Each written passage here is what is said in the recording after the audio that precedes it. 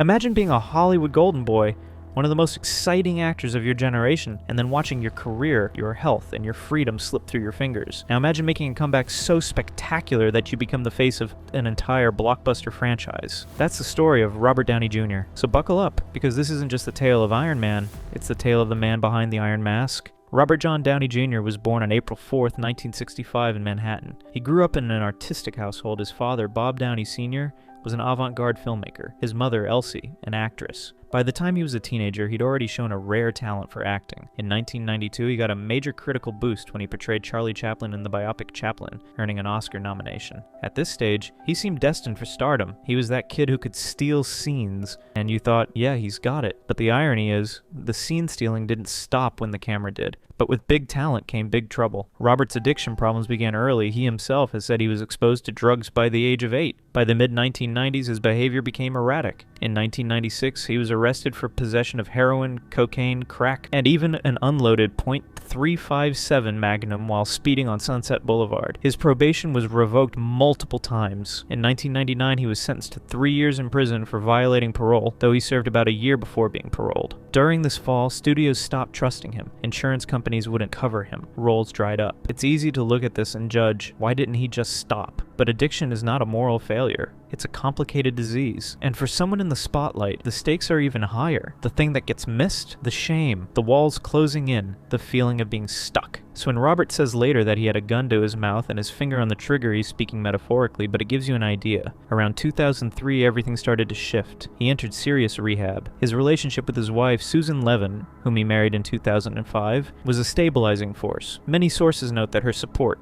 combined with structured recovery, helped him reclaim his life. Then came smaller films, where he proved he still had the magic. Kiss Kiss, Bang Bang was praised. His name was back on the marquee. And in 2008, the big moment, he was cast as Tony Stark in Iron Man. This would change everything. Director Jon Favreau reportedly said Robert Downey Jr. understood what motivated the character because of his own life experiences. From speeding down Sunset with a .357 in the glove box to flying around in a $1 billion suit of armor. You could say his career underwent one hell of a software update. Iron Man was a hit. It grossed hundreds of millions, kicked off the Marvel Cinematic Universe, and Robert became the face of the franchise. He didn't just play the superhero. In many ways, he embodied the comeback. Genius, playboy, flawed man who rebuilds himself stronger. Many critics and writers draw parallels between his real life and Tony Stark's arc. Over the next decade, he delivered role after role, became among the highest paid actors in Hollywood, and his story became an inspiration. The reason this story resonates? Because at its core, it's not just about fame or money, it's about second chances, raw humanity,